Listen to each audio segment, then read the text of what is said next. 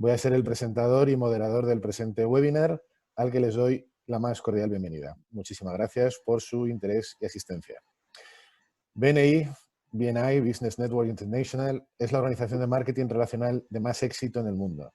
Se creó hace 35 años y actualmente está ayudando a más de 280.000 empresarios y profesionales de más de 70 países a ser capaces de generar oportunidades de negocio mediante la sistematización de reuniones periódicas en más de 9.500 grupos.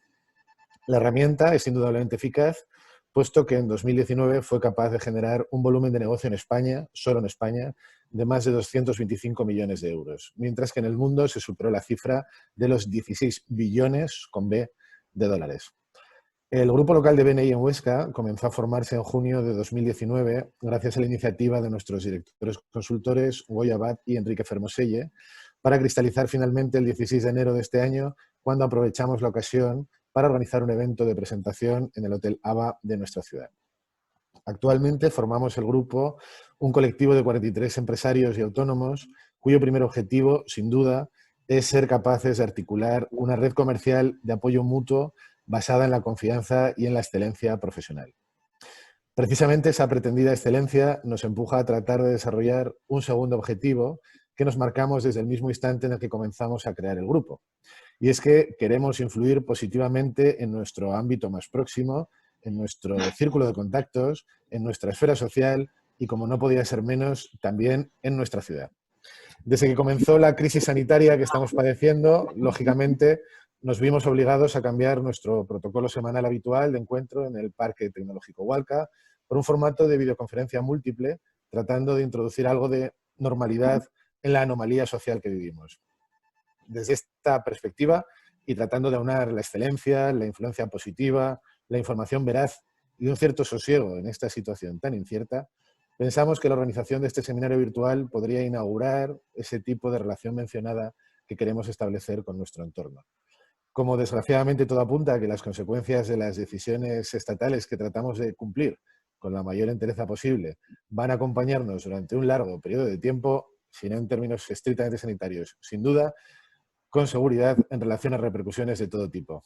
Hoy en concreto vamos a intentar analizar y explicar de la manera más clara posible algunas de dichas circunstancias, específicamente las de tipo administrativo y legal. Y para ello paso a presentar a nuestros dos invitados, que obviamente son orgullosos miembros del grupo BNI Huesca Innovación. El primero, y que está tratando de resolver sus problemas de conexión, es Enrique Casals Laporta, licenciado en Administración y Dirección de Empresas, miembro del Colegio de Economistas de Aragón y gerente de la empresa Gestión y Cuentas Osca SL. Gestión y Cuentas Osca es una asesoría ubicada en Huesca y los servicios que presta se refiere fundamentalmente a asesoramiento contable, fiscal y laboral de todo tipo. Por su parte, el segundo invitado, el segundo ponente, el segundo miembro de BNI que va a compartir estos minutos con nosotros es Javier Calvo Fuertes, abogado desde 1988 y socio director del despacho de abogados Calvo Fuertes y Sáez Benito Ferrer. El despacho se creó en 1989, con sede en Huesca, desarrollando asesoramiento jurídico en toda la provincia. Está formado por 3 abogados en ejercicio y está especializado en numerosos ámbitos, por ejemplo, derecho civil y mercantil, atención a particulares, divorcios, reclamaciones de accidentes de vehículos, accidentes laborales, herencias, particiones, preparación de aceptación de herencias, desahucios o situaciones de violencia de género y en lo relativo a atención de empresas, evidentemente, todo aquello relacionado con el propio funcionamiento de las sociedades, asistencias a juntas, disoluciones, presentación de concursos e incluso administración concursal de las mismas. Agradezco a ambos, tanto a Javier como a Enrique, su predisposición, interés y entusiasmo para celebrar este seminario que seguro va a resultar extremadamente útil para ayudar a entender la peculiar situación que estamos viviendo en la actualidad.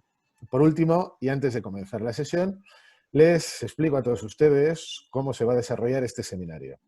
En primer lugar, los ponentes desarrollarán la explicación de los aspectos que consideren de mayor interés y relevancia, con el ánimo de que sirvan de referencia real y cabal frente a la avalancha de información y, en muchos casos, desinformación que estamos recibiendo en las últimas semanas.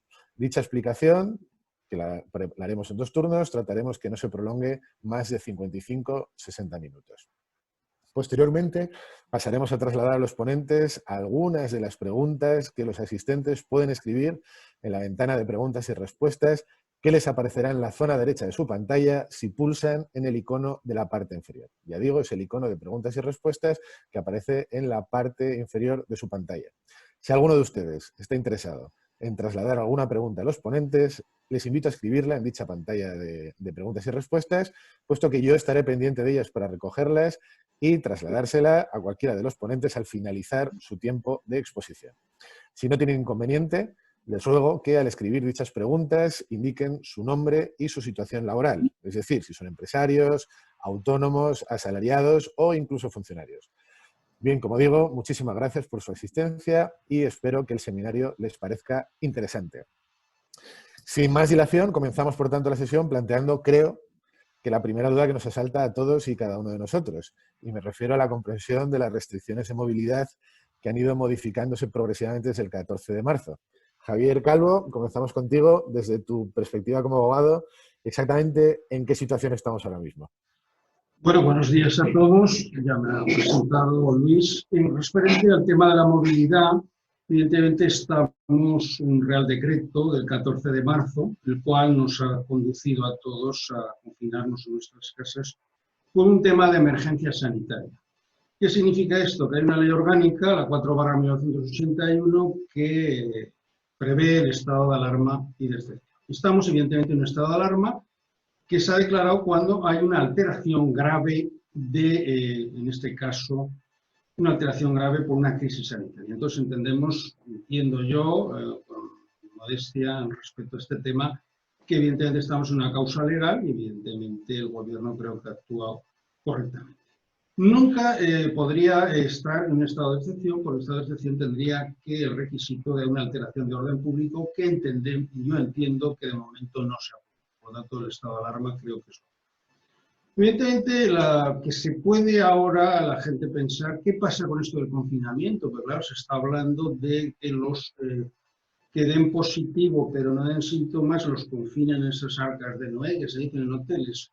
Yo la opinión que mantengo y la que he consultado con varios catedráticos de derecho administrativo, entiendo que el confinamiento solo se puede dar en el domicilio particular, porque estaría atentando a un derecho fundamental, el derecho, entendemos, de la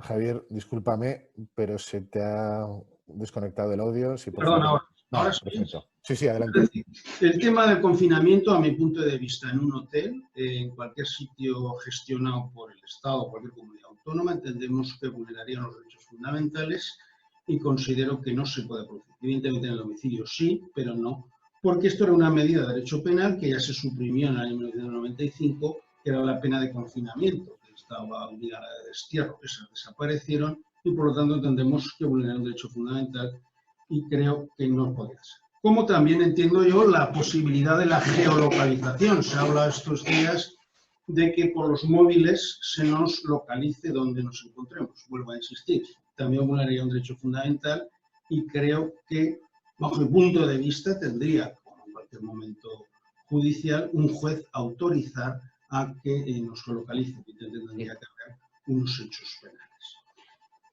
Refiriendo a la movilidad, pues creo que no hace falta avanzar más en el sentido de que todo el mundo sabe que tiene que estar confinado, dónde se puede ir, dónde no se puede ir. El Real Decreto 436/20, 14 de marzo, el estado de alarma nos establece dónde nos podemos mover, tiene que haber una causa justificada. Hoy en día está la policía local, la nacional, explicándonos dónde vamos. Entonces, muy brevemente, rápidamente, pues evidentemente a un centro sanitario se puede ir al lugar de trabajo, se puede ir a volver a tu residencia habitual, se puede ir también a centros bancarios, centros de seguros y también, pues evidentemente, a comprar el tema alimentario supermercado. En principio, eso sería más o menos el tema de movilidad en el sentido actual. Sobre el guión que hemos pensado hablar, también hay un tema de qué ocurre con los plazos y las suspensiones judiciales. Este es un tema, creo que interesante, en el sentido que el Real Decreto también de 14 de marzo lo recoge. ¿Qué plazos se suspenden? Aquí hay que tener una cosa muy importante, y esto es fundamental. Se suspenden los plazos legales, es decir, los que marca la normativa jurídica, no los plazos convencionales, es decir, los que las partes han podido establecer un contrato. Esto se entendería con un ejemplo muy claro. Es decir, imagínate que se realiza una venta con arras y se ha establecido un plazo en el cual ese derecho de opción por la compra tiene una fecha. Pues evidentemente eso no se suspende. Y entonces esto es uno de los temas que se puede abordar en las notarías como temas urgentes. Avanzando ya en el tema de notarías, o las notarías nadie te atiende si no llamas anticipadamente y explicando la causa y el motivo por la cual precisas al notario. Hemos consultado, bueno, llevamos el mes con los notarios hablando y evidentemente en estos casos de compraventas con arras, si no hay acuerdo, pues evidentemente una de las partes tendrá que ir al notario para solicitar el servicio del mismo y que conste en acta pues, que realmente se han cumplido esos plazos, ¿no? Si no se perdería pues, esas cantidades entregadas a cuenta o el vendedor en este caso debe verlas dobladas. Esto es un régimen de cuenta. Volviendo a los plazos legales y brevemente, se suspenden pues, todos los términos procesales, tanto que se establece la enjuiciamiento civil como el enjuiciamiento criminal. ¿Cuáles son los plazos esos? Pues evidentemente hablamos a nivel civil, pues si uno, por ejemplo, tiene que contestar una demanda judicial, pues se suspende el plazo durante el estado de alarma y sus prórrogas y se reanudará cuando, evidentemente, este estado de alarma quede sin efecto. También hay unas excepciones que el Real Decreto concreta, por ejemplo, los procedimientos de habeas corpus, los procedimientos, hay unos plazos legales cuando se trata de detenciones ilegales. En esto no regirá la suspensión. También en procedimientos de conflictos colectivos, derechos fundamentales y también internamientos no voluntarios. Es decir, por ejemplo, si hay una persona que internarla por un problema psíquico, pues esos plazos tampoco se suspenden. Y sobre todo, muy importante, en las medidas de protección del menor. Artículo 128 del Código Civil, hay una serie de disposiciones que protegen al menor, pues esos plazos evidentemente se suspenden porque considera este decreto que es un derecho muy relevante.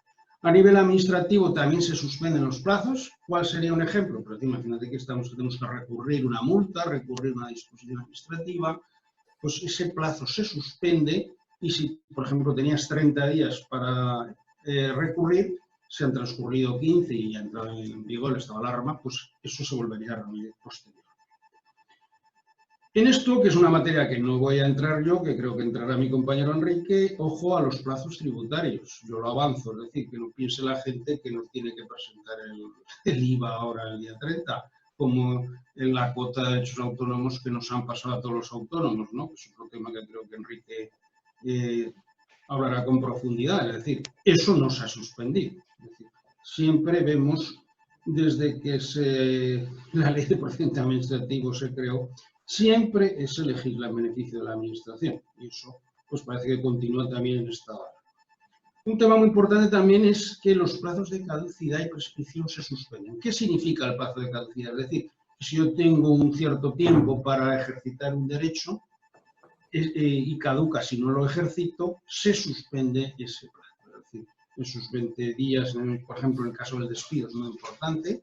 Cuando una persona la despiden, tiene un plazo de caducidad de 20 días para reclamar e iniciar una demanda. Se suspende ese plazo y se reanudaría cuando se produzca el estado.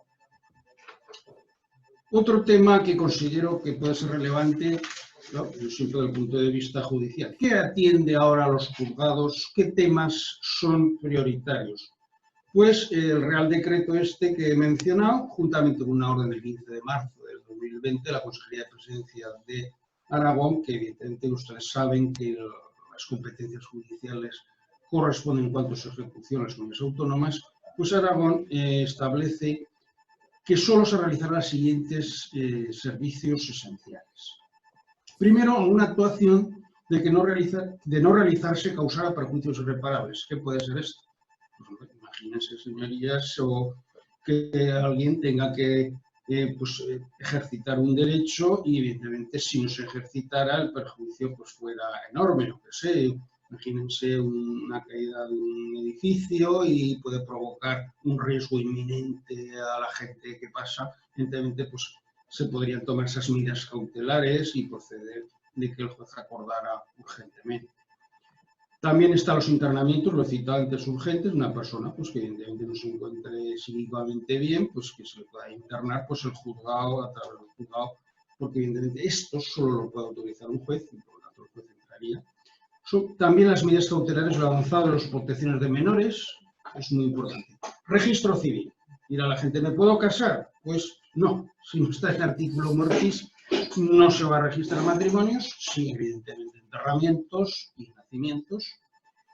Los juzgados de guardia penal, evidentemente, el delincuente no perdona, y más en estos momentos de que la gente está confinada. Entonces los jueces están para, evidentemente, a cualquier detenido que ya no solo vulnere este decreto de alarma, que saben la cantidad de denuncias que hay, que muchos han pasado a disposición judicial y han ingresado a la cárcel, pues evidentemente ahí está el juzgado de guardia para tomar las decisiones precisas de si una persona ingresa en prisión o tomar las medidas preventivas pertinentes. También pues, se produce levantamiento de cadáveres, entradas y registros, en todo el tipo eso delictivo que hay que atender urgentemente. Y un tema que está en boga, la protección de violencia de género. Es decir, si evidentemente una persona pues, atenta contra su mujer o sus hijos, pues evidentemente el protocolo ese está ahí funcionando y no. En tema de juzgado social, ya se ha visto por la prensa, lo que se está llevando es esta falta de medidas sanitarias de protección con los juzgados social. Estos temas sí que los abordan y ha habido ya pues, resoluciones en las cuales ha requerido a las comunidades autónomas obligar para que pongan a disposición de los médicos pues, todas las medidas de mascarillas y más. Evidentemente, otra cosa es que se pueda cumplir, como todos sabemos cómo se encuentra aquí. Hay una cuestión que a lo mejor se me pregunta, pero es ¿qué ocurre con el tema de las custodias de menores? Es un tema que se ha suscitado, se ha hablado de que, por parte del Consejo, que cada juez pues, tome las decisiones oportunas al respecto. Lo que pasa que, debido al confinamiento, el tema de modificar ahora las custodias no es un tema que lo cogen los juzgados, pero sí es la ejecución. Y la pregunta que me hago yo, ¿cuál es? ¿Qué ocurre si nos encontramos una pareja en la cual hay una custodia compartida, en el cual cada semana está con un progenitor, los menores? ¿Qué ocurre si uno de los progenitores es una persona de riesgo? Esto es una pregunta que nos hemos hecho en los despachos, evidentemente, un juez aún no se ha podido pronunciar. Pero ¿qué haría yo si, por ejemplo, mi esposa fuera médico o fuera sanitaria y tuviera esa semana le tocara a los menores? ¿Qué haría yo? Es una pregunta que me hago yo. Pues yo evidentemente me negaría, porque aquí lo que prevalece, bajo el punto de vista, es el interés del menor. El interés del menor es que no se contagie. Y prueba de ello, y así está actuando el gobierno, se está creando hasta pisos para que los sanitarios no vayan a su familia presuntamente a contagiarla. Por lo tanto, que claro, y si el otro no quiere, el otro cónyuge, pues evidentemente yo mandaría un burofax o un WhatsApp diciendo, oiga, usted como es una persona de riesgo, usted no podrá coger el virus. Y entonces, si ahora me viene y tengo que representar a la sanitaria o sanitario, pues evidentemente iría y presentaría una denuncia al juzgado de guardia y entonces ya resolvería el juez.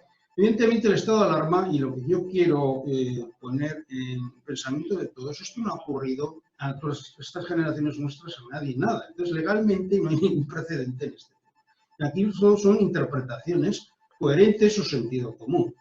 Que esto lo traslado también a ese derecho exclusivo que concedía el Código Civil a los abuelos. Para tener...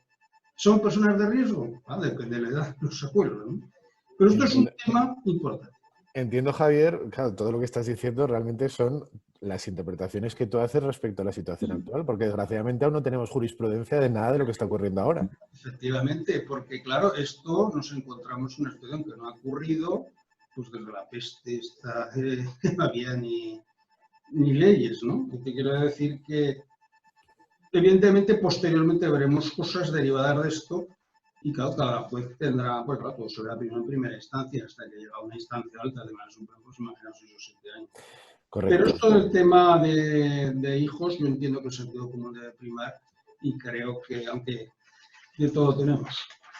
Correcto. Bueno, gracias por esta primera intervención, Javier.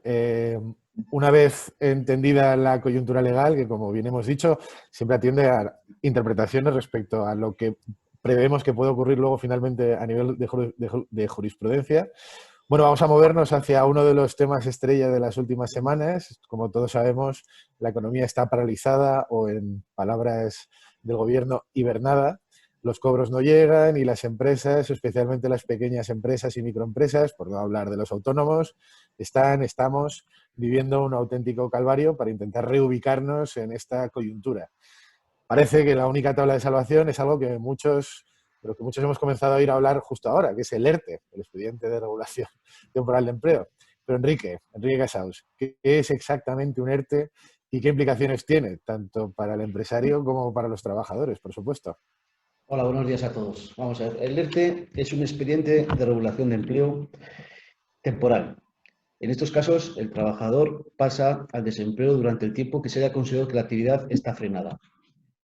Es decir, la diferencia fundamental que hay entre los ERTEs y los ERES es que en los ERTEs es una regulación simple y llanamente temporal. En los ERES, ERES, se produce una extinción del contrato de trabajo, es decir, su despido. En los días que estamos, nos estamos enfrentando a los ERTEs, no a los ERES, ¿de acuerdo? Por lo tanto, la gente, los trabajadores, en principio recuperarán su actividad una vez que finalizara el periodo del ERTE. ¿Qué tipos de ERTE tenemos y qué duración tienen? Tenemos los de la suspensión del contrato de trabajo, con los cuales el trabajador no tiene la obligación, evidentemente, de ir a trabajar y, por lo tanto, el empresario no tiene la obligación de abonarle su nómina. Y el contrato queda en una situación de suspenso o reducción de la jornada. Puede ser por causas económicas, organizativas, de producción o de fuerza mayor. La reducción se entenderá que será cuando hay una disminución temporal de entre un 10 y un 70% de la jornada de trabajo. La duración será hasta que finaliza el periodo de alarma establecido. ¿Qué consideramos fuerza mayor? Porque estamos oyendo muchos estos días esta palabra. ¿Qué es fuerza mayor? Bueno, pues fuerza mayor es cuando nos han tenido que cerrar nuestro local, cuando nos han cancelado todas nuestras actividades que teníamos, es decir, cuando hay una restricción del transporte, de movilidad, falta de suministros. Es cuando nosotros no podemos ejercer la actividad que estamos desarrollando. Ahora me pongo desde el punto de vista del trabajador. Yo entro en un ERTE y ¿qué tengo que hacer? Tengo que presentar documentación, tengo que hacer algo. No tiene que hacer absolutamente nada. Es la empresa la que gestiona todos los trámites, alguna firma en algún documento y las asesorías que apoyamos a las empresas somos los que nos estamos encargando de presentar los ERTEs y posteriormente presentar la documentación del desempleo en el Servicio Público de Empleo. ¿Tiene que haber alguna comunicación personal al trabajador? Esto es muy importante. Las empresas están obligadas a comunicar a los trabajadores la situación de inicio de un ERTE. Es decir, a través de una carta, a través incluso de WhatsApp, los hemos hecho, mensajes, correos, pero el trabajador tiene que saberlo porque si no existe esa comunicación, pues se podría plantear una nulidad en cuanto al inicio del propio ERTE. El trabajador tiene que acudir a la oficina de desempleo, ya he explicado que no. Es decir, el trabajador se encontrará en un momento que le llegará un mensaje, le dirá, usted ya está en una situación de desempleo de forma temporal y va a empezar a cobrar su prestación. Los trabajadores tienen una ventaja en esta situación y es que van a seguir cotizando a la Seguridad Social. Es decir, no para el tiempo que estás en el ERTE, las cotizaciones siguen avanzando y como no es un paro real, sino que es un paro temporal en stand-by, pues ahí quedaría. Otra cuestión muy importante es que tiene un mínimo cotizado para poder cobrar este desempleo. En la normativa que hay en la legislación sí que había un plazo mínimo, pero el Gobierno, para este caso que nos ocupa, lo ha quitado y no existe ningún tipo de plazo. Todo el mundo, todos los trabajadores pueden acudir a esta ayuda. Otra cosa importante que la gente nos pregunta bastante es ¿cuánto se cobra? Bueno, pues se cobra el 70% de la base de cotización en base al cálculo de los 180 últimos días cotizados. Pero una cosa, que bueno, las empresas podrían incrementar ese 70% hasta el 90 o 100, pero es de una forma voluntaria, no se les puede exigir, ¿vale? Pero yo he visto algún caso que así ha sido, es decir, a los trabajadores se les paga lo mismo como si hubieran estado en una situación totalmente normal. ¿Me pueden despedir al volver a la actividad? Es otra pregunta que mucha gente nos hace. Vamos a ver, el Gobierno ha sacado estas medidas con el compromiso de mantener el empleo durante el periodo de 6 meses, ¿vale? En lo que se establece la salvaguarda del empleo. La gente o los trabajadores volverán a su puesto de trabajo y durante un periodo de 6 meses no podrán ser despedidos de la empresa. Preguntas que nos podemos hacer, que nos hemos hecho estos días. Me ha venido un trabajador, yo estoy de vacaciones. ¿Dejaré de disfrutar así mi inclusión en el ERTE? Bueno, pues durante el tiempo que este dure, el trabajador no genera derecho de vacaciones y tampoco ni la parte proporcional de la paga extra, ¿vale? Entonces, dejará de distribuirlas, entraría en el ERTE y no generaría ningún tipo de derecho ni de vacaciones ni de pagas extras. Las empresas que tenemos en Huesca pues, no son grandes, no tienen comités, muchas no tienen comités de trabajadores. Entonces, ¿quién negocia todas estas cosas? Pues, por ejemplo, lo que estoy hablando de una subida, un acuerdo de subida del 70 al 100, que paga el paro a lo que realmente, pues lógicamente, los trabajadores querrían cobrar. Bueno, pues como en muchas empresas no hay comités, ¿vale? Pues se puede designar a los sindicatos o representativos donde la empresa, del sector de la empresa se mueva para poder llegar a algún tipo de negociación. Porque, por ejemplo, que a los trabajadores se les envíe a vacaciones de forma obligada, si el trabajador no quiere, no tendría por qué ser así. ¿Me explico? El trabajador no tiene por qué considerar este periodo de tiempo como un periodo vacacional. Esto no son vacaciones. Y en algunas empresas lo han establecido como os enviamos a vacaciones. No es así, ¿vale? Entonces, se podrían organizar comités de trabajadores para que ayuden y apoyen a los propios trabajadores. Otros casos que nos hemos visto aquí, yo voy comentando casos. Por ejemplo, hay un trabajador que está en una situación de ERTE y le sale otro trabajo en otro sitio. ¿Puede hacerlo? Puede ir a trabajar a otro trabajo, otro trabajo que no esté en la situación de alarma o que se haya tenido de fuerza mayor que hemos vivido estos días. Puede hacerlo, pero evidentemente perdería la prestación total de lo que está cobrando del ERTE de la empresa inicial, ¿vale? Estas son las dos cosas que nos estamos viendo. Tenéis que entender que el ERTE es una situación totalmente temporal. Cuando finalice esto, los trabajadores volverán a su situación primera y a su situación normal y bueno, no habrán gastado tampoco paro. El paro se les mantiene, ¿vale? Y todos sus derechos quedan ahí, ¿vale? No se les toca, ¿vale? Es una situación para ello. Y los empresarios, bueno, pues no van a pagar las nóminas a los trabajadores y se van a ahorrar el coste de la seguridad social durante el periodo que dure el ERTE y el estado de alarma, ¿vale? No sé, si queréis que comente alguna cosa más de los ERTEs. Respecto a los ERTEs, Sí, Enrique, hay varios tipos de ERTE, ¿no? Hay ERTE sí, de ya lo he suspensión. comentado, sí. Está el ERTE de la suspensión, ¿vale? Donde los trabajadores no pueden acudir al puesto de trabajo, y está el ERTE de la reducción de la jornada, ¿vale? Correcto. Es cuando se produce una reducción de tu propia jornada. En estos casos, ¿qué ocurre? Bueno, pues en el caso de la reducción de la jornada, los pagos de la jornada que se está trabajando los realizaría el propio empresario y las horas reducidas serían las que abonarían el gobierno o el Estado en este caso, ¿vale? Vale. Correcto. Bueno, entiendo que por todo lo que estáis diciendo ambos, es evidente que estamos viviendo prácticamente a golpe de decreto y que además que las consecuencias jurídicas de todo lo que pase, de lo que va a pasar ahora, de lo que está pasando, pues no están perfectamente claras. Quiero decir que me puedo imaginar que algunas de estas situaciones pues luego van a ser revisadas en los juzgados correspondientes y es posible que algo que ahora mismo anticipamos o que prevemos que va a funcionar de una determinada manera, pues luego en los juzgados nos podemos encontrar. Como bien comentas, Javier, por ejemplo, en el tema laboral ha habido bastante controversia o bastante falta de información o mucha información, diría yo, con el tema, por ejemplo, de los autónomos. Si se podía o no podían ir a trabajar, en qué casos podíamos venir o no a trabajar en nuestros puestos de trabajo. Y ahí sí que ha habido pues gente que nos ha llamado al despacho, pues que llega un momento que ya no sabía si podía ir o no podía ir o qué tenía que hacer, ¿vale? Claro, las normas sacan, un día dicen una cosa, a los 2 días se complementan con otra cosa y todo hay que verlo, hay que leerlo 10 veces y llegar a interpretaciones, ¿vale? Pero en principio, yo lo que más he visto respecto al tema laboral es eso. Y luego, bueno, pues también digo la documentación que ha habido que presentar, incluso memorias, y bueno, entiendo yo que, pues que igual todo se podría haber hecho de una manera más ligera, porque los despachos pues estamos como estamos, y entiendo que todo se podía haber facilitado un poco más en ese sentido, ¿no?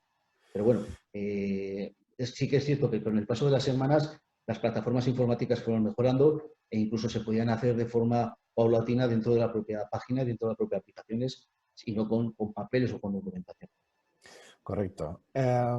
Javier, a nivel arrendamientos de oficinas, de viviendas habituales, locales donde se está generando, donde en principio se tenía que desarrollar una actividad de comercio que ahora mismo pues está imposibilitada. Sí. ¿Cómo nos enfrentamos en esta situación? En este tema de arrendamientos, el Real Decreto de alarma solo ha establecido en medidas económicas una situación para las personas que definen, que antes también existía la situación de vulnerabilidad. Pero antes de entrar en esto, quiero avanzar de que los pequeños autónomos o pequeños comerciantes, ahora me estoy acordando pues todas estas tiendas que están cerradas en el Coso, de Huesca, que están pagando unos alquileres enormes, desde el día 14 no han podido hacer la actividad. Pero no hay ley ni decreto que diga que ellos no tienen que pagar. Hay una norma explícita que diga que se suspende el pago de la renta. Claro, evidentemente diría el arrendador, claro, y a mí porque yo tengo que pechar por eso. Entonces el gobierno aquí no ha entrado. Y siempre, aunque sea una opinión crítica mía, siempre al pequeño autónomo se le deja fuera de cualquier, evidentemente el que necesita el que está en una situación de vulnerabilidad social, evidentemente hay que protegerlo, pero también al autónomo, porque ¿cómo se podrá abrir un local que muchos van justos, bares? Yo creo que muchas actividades ya no se iniciarán, porque claro, el arrendador tendrá que reclamar esas rentas, vamos a suponer que se prolonga un mes, no ha cobrado el mes, son rentas altas en el Coso, pues evidentemente, jurídicamente están obligados a pagarlas y yo no sé, como esto es inédito, podrán alegar causa de fuerza mayor en no poder hacer la actividad y aplicar esos preceptos a la hora de decir. Ahí es la mano de los jueces. Más de una OA intentará alegar, decir que evidentemente no ha podido realizar la actividad y que no tiene que pagar, pero el decreto no establece nada al respecto. Lo que sí el decreto sí que ha creado respecto a la vivienda habitual, es decir, las personas que tienen su domicilio de vivienda habitual y se encuentran en una situación de vulnerabilidad provocada por esta situación del coronavirus, es decir, que acaben en desempleo por ERTE, reducción de jornada, o si son empresarios que han perdido evidentemente una pérdida sustancial de sus ingresos, establece este Real Decreto que podrán solicitar en el plazo de un mes desde que se publicó el 14 de marzo, solicitar al arrendador bien que se le baje la renta al 50% o que haya una moratoria en el pago de la misma. El decreto dice que primeramente se agote la posibilidad de acuerdo entre los propietarios y arrendatarios, pero si no hay acuerdo se crea este régimen supletorio que será de obligado cumplimiento para el arrendador, que en 7 días de la solicitud tendrá que optar por rebajarle la renta a un 50%, que duraría esto durante el estado de alarma hasta 4 meses, o una moratoria en el pago, que esa moratoria sería con la consiguiente cuota de arrendamiento pagarlo hasta un periodo máximo de 3 años. Esto, después del Real Decreto, prevé una serie de ayudas a los arrendatarios que ya se verá cómo se realizan y los requisitos que habrá pues, para solicitar las mismas. Pero en principio esto es lo que prevé el Real Decreto. Y también establece una distinción muy importante de que si es un gran arrendador o es un arrendador pequeño. Y establece la ley que el gran arrendador le exige para que tengan mínimo 10 pisos, sin contar locales y garajes. Esto va pues legislado pues, para los grandes fondos, grandes bancos, pero también evidentemente hay empresas o empresarios rentistas que estarán sobre 10 o 12 y ya he oído quejas en clientes míos de decir porque evidentemente se está tratando a una persona que tiene, por ejemplo, 10 pisos igual que uno que tiene 500 o 1000, pero bueno, esto es un tema ya del legislador y no es nuestro. Lo que está claro es que el que tenga menos de 10 pisos no tendrá esa obligación del régimen supletorio. Es decir, el que si quiere le rebajará la renta, si quiere le hará una mora en el pago, pero si no, no tiene obligación, este Real Decreto para este de menos de 10 pisos no sé. Esto en cuanto a arrendamientos, y después también había previsto hablar un poco de las incidencias que va a haber, si me da tiempo, en el tema societario, es decir, de las sociedades. El Real Decreto establece, claro, ahora es el tiempo de que se producen las juntas generales, las cierres, todos sabemos que los cierres de ejercicios antes de diciembre hay 3 meses para la presentación de las cuentas anuales, la aprobación, pues evidentemente se ha producido en medio este decreto de alarma y entonces se han suspendido esos plazos, que se sepa que estarán suspendidos y cuando se reanude se volverán a... Ha previsto el Real Decreto la posibilidad, como estamos haciendo hoy, de realizar las juntas generales en videoconferencia. Y si hay una premura en algunas sociedades de que se quieran ya hacer la Junta General Ordinaria, pues si tienen medios técnicos y el secretario de la Junta los considera válidos, se podrán realizar por videoconferencia. Y yo ahora veo yo que cara al futuro este medio se va a articular más porque evidentemente reunir muchas veces a personas no le viene mal ir a un sitio o juntarse en un domicilio social y es muchas veces está muy bien cada uno en su casa y claro, habrá que tener en cuenta todos los requisitos legales porque evidentemente que no tenga medios y no se pueda comunicar, un socio no tiene la culpa, por lo tanto, este sistema no. También se prevé en este Real Decreto que el que quiere que vaya un notario a las juntas, pues claro, los notarios están limitados en su actuación y tendría que también ser por videoconferencia que el notario estuviera en esas juntas. También se suspenden los plazos de auditorías, va todo unido, es decir, todo suspende plazos, que es lo que anteriormente hemos dicho. Y finalmente, un apunte de legislación concursal.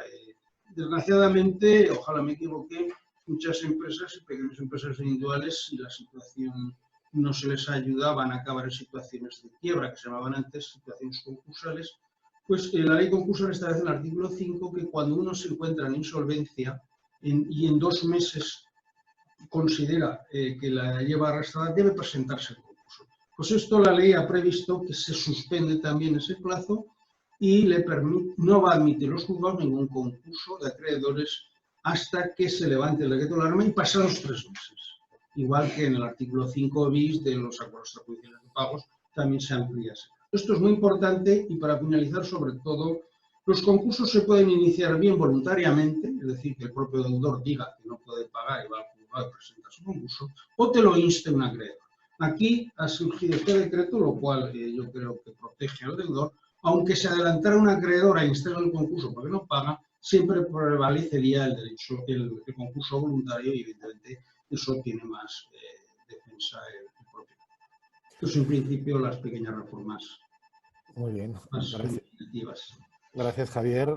Bueno, en estas condiciones, en la situación que estamos describiendo o dibujando, desgraciadamente nuestro nivel de cumplimiento con la agencia tributaria sigue manteniéndose idéntico, porque los autónomos seguimos pagando religiosamente. Este mes las empresas, bueno, y los autónomos y todo el mundo paga el IVA del primer trimestre, etcétera, etcétera.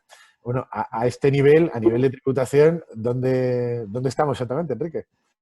Bueno, vamos a ver. Pues estamos que hace tiempo las declaraciones de renta empezaban para mayo, junio y ahora ya son en abril. Cada vez estamos adelantando más los plazos y se han mantenido, lo cual uno no lo logra entender. Vamos a ver, ahora mismo nos encontramos con impuestos trimestrales que se tienen que devengan el 30 de marzo y se tienen que pagar el 20 de abril. Bien, para estos casos sí que el gobierno ha planteado una moratoria en los mismos, ¿vale? El importe siempre tiene que ser inferior a 6 millones de euros, es decir, marca lo que es una gran o pequeña empresa, y el límite a aplazar es de 30.000 euros sin garantías. El plazo de aplazamiento lo establece para 6 meses con los primeros 3 meses de carencia, ¿vale? Por lo tanto, yo soy una empresa, el día 20 de abril, voy a poner un ejemplo para que se vea más claro, voy a pagar un IVA, puedo solicitar un aplazamiento durante 6 meses. El 20 de abril, 20 de mayo, junio y julio no pagaría intereses. A partir de los 3 meses siguientes tendría que pagar intereses. ¿Qué modelos estamos hablando? Bueno, pues estamos hablando del modelo 111, que son las retenciones de los profesionales, del 115, que son las retenciones de los alquileres, y el 123, que son de rendimientos de capital mobiliario. Hay que entender que estas retenciones desde hace 2 años o 3 años más o menos no se pueden aplazar. Es decir, se tienen que abonar en el momento que llega el vencimiento. Por lo tanto, esto es un doble cambio, porque el IVA sí es un impuesto que siempre se ha podido aplazar, ¿vale? Pero estos impuestos no. Luego también los pagos fraccionados del IRPF del modelo 130 y 131. ¿Qué es esto?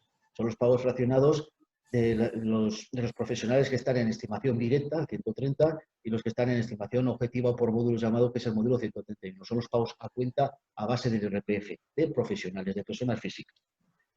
También lo vamos a encontrar ahora con el primer pago a cuenta del modelo 202 del impuesto de sociedades. Pues también lo vamos a poder aplazar. Y el último impuesto así importante que hay, pues es, lógicamente, el IVA. Pues todos ellos se van a poder aplazar durante 6 meses y en los 3 primeros meses tendrán una carencia en cuanto a los intereses. ¿Qué hay que hacer para poder conseguir la carencia? Bueno, pues eso, como mis compañeros de otras asesorías saben, cuando se solicita un aplazamiento, se tienen que dejar un pues eso, un conjunto de datos, una domiciliación bancaria y un aval o no. Entonces, en este caso, la agencia tributaria ha incorporado una casilla donde se tiene que poner la exención por los motivos que estamos aquí hablando, y me imagino que automáticamente, a través de las firmas digitales y el certificado digital, pues van a llegar las autorizaciones pertinentes porque las van a aprobar, ¿vale? Eso es lo que nos vamos a encontrar. Se rumorea también que el impuesto de la renta de este año, que corresponde al ejercicio de 2019, va a tener también un aplazamiento de periodo de tiempo. Y dice que es el 30 de junio, pero se prevé que va a haber algunos días más de aplazamiento. Y también digo que, por lo que yo he podido saber, la gente está haciendo ahora muchas rentas y está, pues por ahora, por lo que yo veo, no hay una gran voluntad o no se puede por los círculos de pago que debe tener la agencia tributaria de ir abonando ya las rentas. No conozco por ahora ningún caso de ninguna renta que ya ha sido abonada. Pero en principio las declaraciones de renta, que yo sepa, no sufren ningún tipo de aplazamiento, aunque ellas mismas se pueden aplazar, ¿vale? Esto es respecto a la situación tributaria. Y respecto a la seguridad social, pues también se permite una moratoria, ¿vale?, durante 6 meses para las cuotas de la seguridad social. Las empresas van a poder pedir una moratoria para la seguridad social de los meses que van desde abril a junio del 2020, y los trabajadores por cuenta propia, es decir, los profesionales, los autónomos, podremos hacerlo desde mayo a julio del 2020. Una cosa es importante, para poder pedir todo esto tienes que estar al corriente de pagos. En caso, por ejemplo, de la seguridad social, tienes que estar al corriente de pagos de la seguridad social. Tienes 30, si no lo estás, tienes 30 días para poder pagar lo que debes y ya puedes solicitarlo. Y las solicitudes se tienen que hacer dentro de los 10 primeros días naturales. Esto en cuanto a la seguridad social. En impuestos, Luis Javier, está prácticamente todo dicho, ¿vale? Y, bueno, si quieres que comente algún otro tema, por ejemplo, la ayuda a los Enrique, si lo he profesionales, dime. entendido bien, al final la posibilidad de aplazar varios impuestos siempre ha existido. Lo que pasa es que siempre existía con unos intereses, etcétera. Ahora yo creo que lo único que ha ocurrido es que se permite 6 meses sin intereses y luego ya entras un poco en el mismo procedimiento, ¿no? Efectivamente. El IVA es un impuesto que siempre se puede aplazar, e incluso puedes aplazar por un primer periodo de pago solicitándolo, otro que te lo aprueben dentro de 4 meses, ¿vale? Puedes hacer, en otros trimestres, tú puedes decir, yo quiero solicitar mi IVA, ¿vale? Y lo tendría que, imagínate que no hubiera pasado esta historia. Yo lo quiero solicitar y lo quiero aplazar a partir del 20 de abril, yo lo aplazo. Bien. Pues el primer pago, yo no tengo por qué ponerlo para el 20 de mayo. Puedo solicitar que el primer pago sea para el 20 de junio, ¿vale? Y 4 meses a posteriori. Otra cosa es que luego te llega la notificación de Hacienda y si lo ve pertinente por el importe o por la situación de la empresa, lo puede hacer. Pero eso siempre ha existido. El aplazamiento, si lo que se quitó desde hace 2 años y medio es el aplazamiento de las retenciones. ¿Qué son las retenciones? Las retenciones que aplican las empresas a sus trabajadores, las retenciones que aplican los profesionales en sus facturas, es decir, notarios, registradores, y bueno, eso es lo que principalmente. Y luego la de los rendimientos de capital mobiliario, pues bueno, pues cuando hay distribución de dividendos de las sociedades, cuando hay un segundo alquiler, que entonces ya no estás alquilando propiamente local, sino que estás alquilando el derecho de uso de un primer local. Entonces, en esos casos, esos son modelos que se presentan de forma trimestral, y en esos casos no existía la posibilidad de arrendar, ¿vale? En empresas que tienen muchos trabajadores, el modelo 111 suele ser un impuesto importante de pagar, porque ahí tienen una retención de todos los trabajadores, ¿vale? Que luego, en la declaración de renta de los trabajadores, cuando la vayan a hacer, pues es el dinero que, bueno, pues que a cuenta suya la empresa ya ha adelantado, ¿vale? Perfecto. Oye, pues si no queréis añadir algo más a vuestra exposición inicial, si queréis añadir alguna cosa que que hayáis dejado en el tintero, alguna cosa, antes de entrar ya en las preguntas, que ya tengo por aquí varias. Me gustaría hablar, Javier, si me permites, del tema claro. del tema de los profesionales, ¿vale? Porque del autónomo profesional, porque parece como que siempre lo dejamos un poco al lado, también tributariamente, o con el tema de las ayudas, y la verdad es que me gustaría comentar, vamos a ver. Hay profesionales autónomos que han tenido que parar su actividad porque se les ha cerrado. Me pongo en el caso de una persona que trabaja, un albañil que trabaja en una obra, se les ha cerrado la obra o no se les ha cerrado, otros que siguen trabajando, que siguen haciendo diferentes tipos de actividades. Vamos a ver. el gobierno ha sacado una ayuda que a mí me parece muy importante e interesante, ¿vale? En el momento que estos profesionales, su facturación caiga en un 75% respecto a la media mensual del anterior semestre, van a poder solicitar una ayuda. Esta ayuda, lógicamente, también se tendrá que estar al corriente de pagos en las costas de la Seguridad Social, y tendrán 30 días para ello. Esta ayuda la solicitan las mutuas, ¿vale? Las mutuas. Esto es un cambio ya no sé si un cambio, pero una situación especial. Nosotros las asesorías comunicamos a las mutuas, les damos diferente información, pues el modelo 145 que conozcan la situación de sus trabajadores, DNIs, etcétera, y bueno, y lo que se está haciendo es pues, darles esa documentación para que la mutua la pueda tramitar con el SEPE. Bien. Pero una cosa que sí que me queda recalcar. Estos autónomos se pueden encontrar en dos circunstancias. Una, cese de su actividad por fuerza mayor. ¿Qué pasa? Pues que yo trabajaba en una obra, era autónomo y esa obra se ha cerrado. Bien, pues entonces prácticamente no hay, la mutua comunicará esta situación porque es muy clara. Pero si ha habido una bajada de pérdidas de ingresos en este 75%, pues porque pueden hacer otras actividades y ha habido una bajada de pérdidas de ingresos, en estos casos hay que presentar libros de ingresos, libros de gastos, registros de ventas, registros libros de compras, libros de gastos, o sea, se tiene que demostrar económicamente, ¿vale?, que ha habido esa bajada. Y a mí es lo que no me cuadra en toda esta situación, porque muchos autónomos y muchos profesionales la facturación no se hace a mes corriente, es decir, se puede comenzar una obra, ir trabajando poco a poco, en una primera fase se factura, esa fase no tiene por qué ser de un mes, puede ser de 2, de 3, entonces acotar periodos de tiempo, ahora en este caso de marzo, de uno a otro año, tú te puedes encontrar con empresas que el año pasado en marzo o autónomos, perdón, que pudieron facturar varios trabajos de meses precedentes y por lo tanto no ha habido esa bajada. Entonces, en mi opinión profesional, no existe ese barómetro, ese parámetro de medir si ha habido o no una bajada del 75% es muy subjetivo, porque la facturación no se hace en el momento que se hace un trabajo. Puede ser trabajos que duren 2, 3, 4 meses. ¿Me explico lo que quiero decir? Perfectamente. Entonces, lo que sí que es muy importante, ¿qué plazo o qué periodo de tiempo tienen los autónomos para poder solicitarla? La tienen hasta el 14 de abril. Si hay algún autónomo que nos está escuchando, la tiene hasta el 14 de abril, ¿vale? ¿Qué plazo tiene la administración, ¿vale?, para dárnoslas o no? Tienen un plazo de 30 días, ¿vale? Ellos tienen un plazo de 30 días. De esto estoy hablando de los autónomos, ¿vale? ¿Debo seguir pagando las cuotas? Sí, hemos pagado la de marzo, ¿eh? Y la de abril, en principio, si ya te la han aprobado, no. ¿Qué ocurre con la que hemos pagado en marzo? Bueno, pues que nos la devolverán. Habrá una forma retroactiva y nos lo devolverán el dinero que hemos ingresado. Y otra cosa, ya para finalizar, y perdóname que me extienda, es que en principio se había dicho que los autónomos se tenían que dar de baja en la Seguridad Social, en Hacienda, por este hecho. No es necesario. No te tienes ni que dar de baja en el renta, ni en la Seguridad Social, ni en ningún sitio, ¿vale? Y permanecerás de alta y es como si estuvieras cotizando. ¿De acuerdo?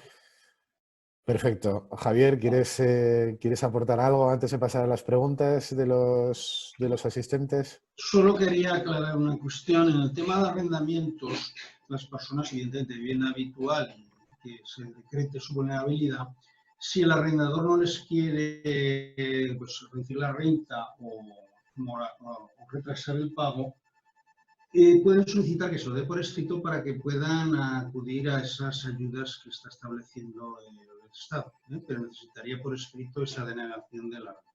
Y otro tema interesante también, que en el caso que se levante el estado de alarma y estas personas vulnerables evidentemente no pueden pagar y las llevan al juego y las desahucian, podrán, acreditando evidentemente esa situación de vulnerabilidad, que se suspenda 6 meses el lanzamiento hasta que los servicios sociales encuentren un sitio para ellos poderse alojar. Es decir, esto es una medida que ya estaba antes, ya se estaba realizando, era 3 meses y ahora se ha ampliado a 6 meses. Esto es sobre todo una protección muy importante en caso de lanzamientos y que también ya antes ya se producía en el tema de bancos. Eso es un tema que quería dejar. Bueno, pues os agradezco a los dos por animaros a compartir vuestro conocimiento e impresiones sobre esta situación de total incertidumbre que todos, absolutamente todos, estamos viviendo. Y como hemos dicho antes, en estos momentos en los que estamos sometidos a esta avalancha de información, pues resulta cada vez más importante tener la oportunidad de recibir datos veraces y avalados por profesionales como vosotros. Por eso, una vez más, y os lo he dicho muchas veces estos últimos días, muchísimas gracias por asistir y demostrar vuestro interés en poder resolver las cuestiones que podamos tener todos. Bueno, voy a... Perdón, se nos ha olvidado un tema interesante y aprovechando que el ayuntamiento de vuestra instancia, sobre todo de nuestro grupo de BNI, ha otorgado o va a otorgar hasta 1 millón de euros una serie de ayudas importantes a autónomos y empresarios. Creo que esto sería y se merece sobre todo al ayuntamiento. Y las ayudas que el gobierno, con la línea de avales, ha sacado, ¿vale? 13.000 millones de euros. La gente pueda solicitar préstamos psicos, pero sobre todo para necesidades de pagar nóminas, de pagar facturas, de gastos corrientes. ¿De acuerdo? Sí, sí, eso correcto. Es importante también, que la gente lo sepa y pueda acudir a cualquier entidad financiera. Bueno, yo creo que ahora pues todas las empresas o autónomos están en esa situación, ¿no? En la de llamar tocar el timbre de la financiación, suponiendo que esa financiación va a ser bastante rápida. Lo que pasa es que nos estamos encontrando que esto, desgraciadamente, va más lento de lo que muchos quisiéramos, ¿no? Pero bueno, en fin, yo creo que espero que salga alguna de estas cuestiones en las preguntas. Si os parece, paso a trasladaros alguna de estas preguntas. Si alguien quiere, alguno de los asistentes quiere introducir, por favor, les pido que en lugar de utilizar el chat, que utilicen el icono de preguntas y respuestas. En cualquier caso, comienzo por una pregunta que he visto en el chat que voy a trasladar de la forma más fácil posible. En cualquier caso, la he estado leyendo y tiene miga, o sea que sí, prestad atención porque la cosa es complicada. Leo, una persona que causa, bueno, la pregunta es de Irene Herrera, gracias por venir, Irene. Una persona que causa baja voluntaria el día 20 de marzo y la empresa le da de baja el día 16 mientras está disfrutando de los días de vacaciones. ¿Correcto? Causa baja voluntaria el día 20 de marzo, la empresa le da la baja el día 16, es decir, 4 días antes, mientras esa persona está disfrutando de los días de vacaciones.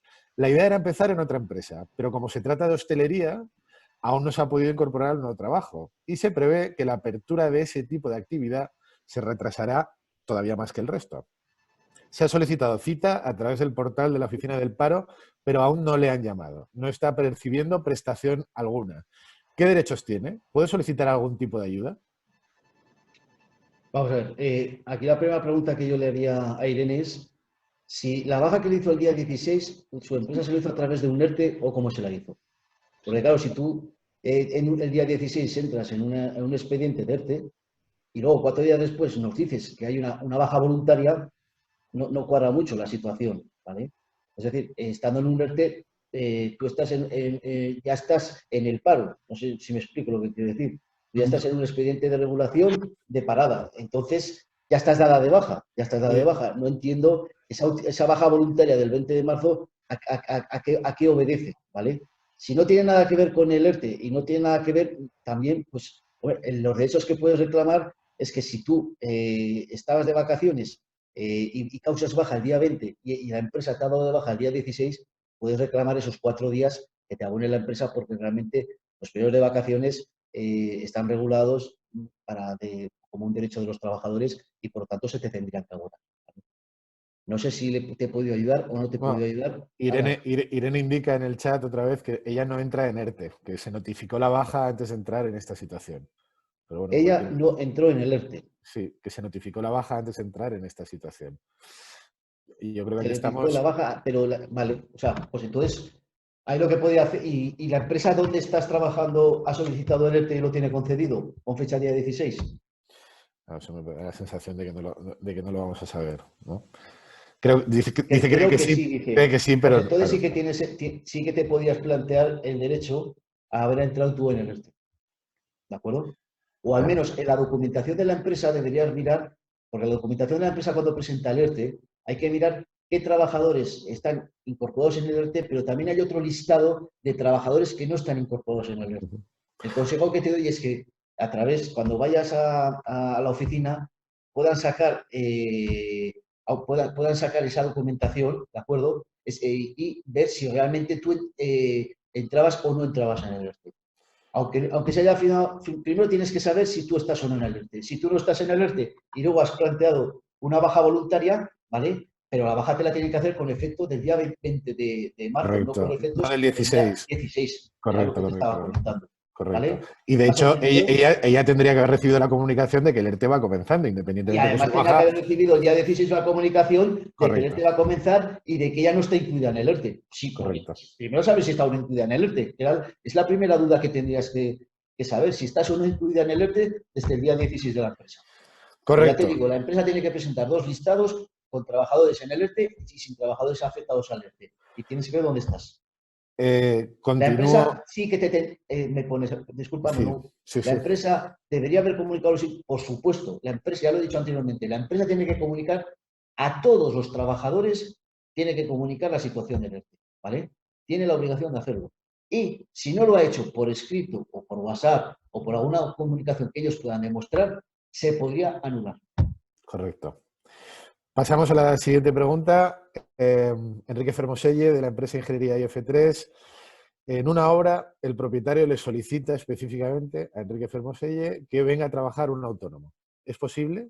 Es decir, Vamos a ver. ¿es obligatorio que el autónomo vaya a trabajar? Primero hay que ver si ese trabajador autónomo se encuentra en una situación de fuerza mayor y al estar en situación de fuerza mayor ha solicitado o no la prestación que acabo de decir anteriormente. Es decir, hay que ver en qué situación se encuentra.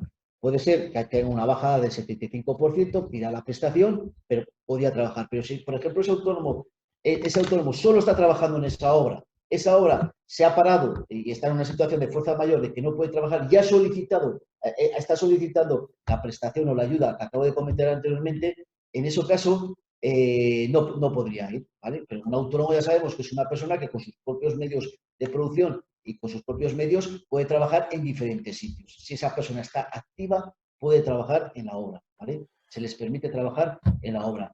Otra cuestión importante es saber el tema del REA, que en las obras ya sabemos que hay que controlar el tema del REA y que esa persona, bueno, pues que dentro de la cadena del REA, del registro de empresas registradas y que no tuviera tampoco ningún problema en ese sentido. Pero en principio el autónomo sí que podría. ¿Vale?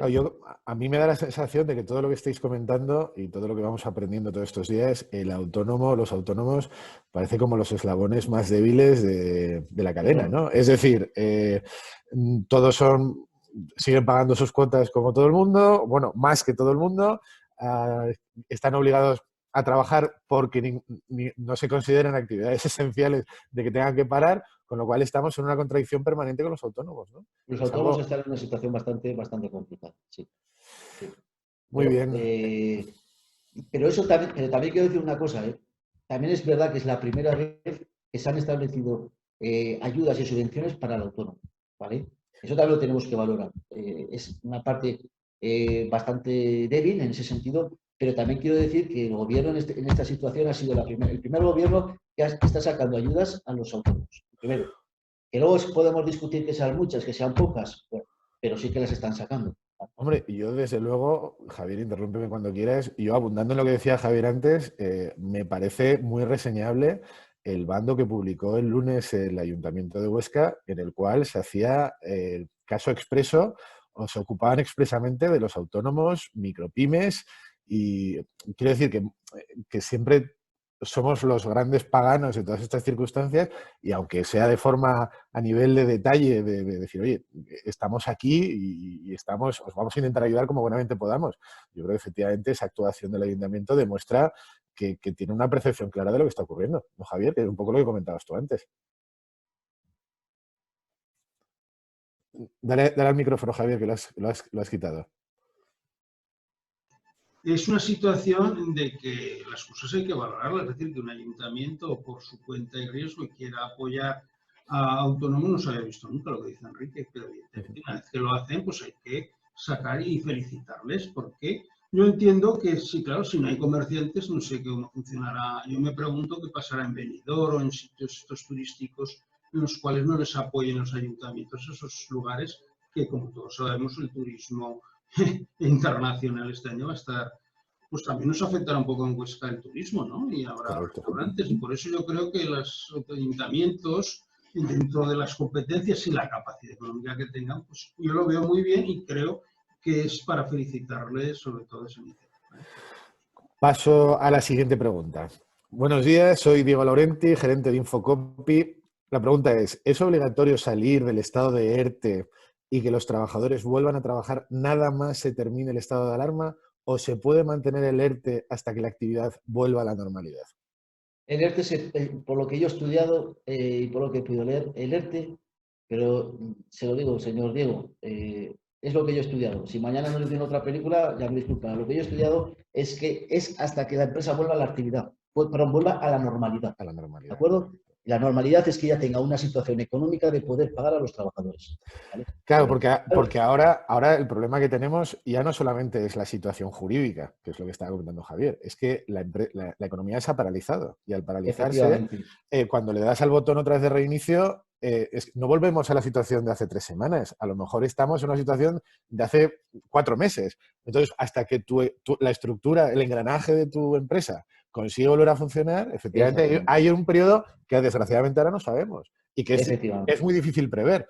Yo Claro. comentaba antes con los amigos, nosotros trabajamos en otros países y esto ya no es una crisis nacional. Es que resulta que cuando trabajas en Perú tienen toque de queda a las 8 de la tarde o a las 8 de la noche. Y si sales por la calle, primero te pegan un tiro y luego te preguntan, ¿no? O sea, que quiero decir que es que la situación es que no sabemos muy bien qué es lo que va a ocurrir de aquí en adelante y como tú bien dices, da la sensación de que el ERTE está más pesado hacia la normalidad económica de la propia empresa, ¿no? Como tú bien dices. Correcto. Sigo con la siguiente pregunta. Y Javier, en cualquier momento cuando quieras hablar, por favor, interrúmpeme. Por lo que dice Carmen Serrano, por lo que muchos me han transmitido, la petición de aplazamiento de impuestos es muy difícil si no dispones de medios o conocimientos digitales para hacerlo, o si no sabes utilizar el DNI electrónico, etcétera. ¿Se contempla algo para atender a estas personas de forma semipresencial? No, no se contempla nada. Hoy por hoy, Carmen, las agencias tributarias funcionan ya con certificados, funcionan con firmas digitales, con DNIs electrónicos y es muy difícil. O sea, en algún momento puedes, en el registro de la agencia tributaria, puedes presentar una solicitud, pero incluso te la puedan llegar a tramitar como persona, pero como persona física, o sea, como sociedad, ni te lo plantees. Y como persona física lo puedes llegar a hacer, pero todo va tendiendo ya a tener DNI electrónico y que todo el mundo lo haga que lo haga a través de la plataforma de la agencia tributaria. ¿De acuerdo? Claro, todo eso no. Esto de semipresencial no. Yo por lo que sé, que la agencia tributaria está trabajando estos días a horas. Es decir, un trabajador trabaja de 9 o de 8 a 10, otro de 10 a 2, porque no pueden no pueden todos juntos conectarse con el servidor y poder trabajar todos como trabajan habitualmente el mismo tiempo. ¿Vale? O sea, por Por lo lo tanto, tanto, no creo que vayan a hacer nada semipresencial. la conclusión de esto es que todos aquellos que no se hayan digitalizado previamente, ahora lo tienen bastante complicado. Muy complicado. Bastante, por no decir, muy complicado. Por no decir imposible, ¿no? O a venir a un asesor que se lo pueda tramitar con su firma Correcto. digital o lo que sea, pero es bastante complicado. Claro, esto lo hilo con una pregunta que acaba de poner Arturo Arizón de Bricosca, que dice, ¿se puede tramitar la solicitud en Hacienda del certificado digital en estos momentos? Pues mira, Pues señor Arturo, yo creo que el estado de excepción, no sé si se puso el viernes, ¿vale? Pero un domingo fue, ¿verdad? El primero, el domingo. Yo el viernes, 2 días antes, tenía en la agencia tributaria dos citas para hacer el certificado digital y las dos me las anularon. Por lo tanto, si 2 días previos me las anularon, yo creo que hoy por hoy no puedes ir a sacar el certificado digital. bueno, seguimos adelante. Pregunta, yo creo que esta es para Javier, esta es una de las Sí, suyas. contéstame una, Javier. Por Sí, sí, Dios. no, esta es para él. Tema de geolocalización. A ver, ahora que estamos en una situación de que parece que nos van a controlar absolutamente si vamos, venimos o dejamos de estar, claro, ¿esto cómo podemos compaginar el derecho a la privacidad o a la intimidad con el que estemos permanentemente geolocalizados? ¿Qué Bueno, pasa en esa situación? sí, yo este tema lo he abordado al principio, el tema de la movilidad, ¿no? Estamos en un estado de alarma, en un estado de excepción. El estado de alarma te puede limitar los movimientos, pero no confinar, es decir, por alteración de la geolocalizar está vulnerando un derecho fundamental, que es el derecho a la intimidad. ¿Por qué a mí el Estado me tiene que controlar dónde estoy? Es decir, bajo mi punto de vista, se tendría que dar una alteración de orden público importante o que tú estuvieras cometiendo, que también creo que lo he dicho, un delito o algo, y el juez debería autorizar esa intervención. Porque entonces, claro, ¿qué prima aquí? ¿El derecho fundamental de la intimidad o el derecho general? El derecho dependerá. Y el derecho de movimiento yo creo que es un derecho fundamental. Geolocalizar. Se habla, claro, si hay una emergencia sanitaria y pues, evidentemente el Estado puede pues, tomar las medidas, que es otra cosa, que después recurras y pidas el amparo de los tribunales, ¿no? Evidentemente estamos sometidos, es decir, ahora yo voy por la calle y me para la policía y no se cree que vengo de mi puesto de trabajo porque me llevo el certificado, me multan. Lo que sí que quiero aprovechar que a cualquiera que le multen que sepa que pueda recurrir. Es decir, que la sanción estará suspendida por los trabajos administrativos y cuando se levante todo podrá recurrir y alegar cuánto es impertinente. Correcto. No sé si he contestado a la pregunta. Creo que sí. Siguiente pregunta. Espectador anónimo. Un autónomo que ha pedido la ayuda del 75%, ¿cuándo puede volver a trabajar? ¿La ha pedido o ya se la han... La pregunta es si la ha pedido o ya la tiene aprobada. Entendemos que solamente la ha solicitado. Él ha solicitado y puede seguir trabajando. ¿Vale? O sea, mientras no se la concedan, adelante. Mientras no se la concedan, que entiendo yo que no tendría por qué dejar de trabajar. Y cuando se la conceden, tiene que trabajar, se supone que solamente la parte que no le están cubriendo, ¿no? La parte, efectivamente. La parte que pueda ir trabajando, efectivamente. Vale. No, porque no existe la obligatoriedad de darse de baja ni finalizar de trabajo. Perfecto. Siguiente pregunta. Rafa Lastrue, de Funeraria Hermanos Alastrue. Si un trabajador tiene que ponerse en cuarentena, ¿se puede sustituir? ¿Cómo debe hacerse? Claro, el caso de Rafa parece muy evidente, ¿no? Es una empresa que está trabajando directamente con fallecimientos, con lo cual es fácil inferir que están en una zona de riesgo de contagio. Claro, si uno de esos trabajadores que ha cubierto uno de esos servicios, desgraciadamente se tiene que poner en cuarentena, ahora el empresario, ¿qué puede hacer en esa situación? Contratar a otro. ¿Contratar a otro? Yo sí me permitís, vamos a ver, esto es una situación que se produce normalmente cuando uno está de baja y realiza un trabajo normal y correcto y está de baja. Si necesitas otro, pues tienes que contratar a otro. Un contrato de relevo y ya está, hasta que la otra persona pueda volver a su puesto de trabajo y finalizó su contrato de relevo, simple y llanamente. Pero ese tratamiento de la enfermedad es diferente al de una enfermedad normal que pueda ocurrir el resto del año. Yo creo que no. Yo creo que no. Vale, perfecto.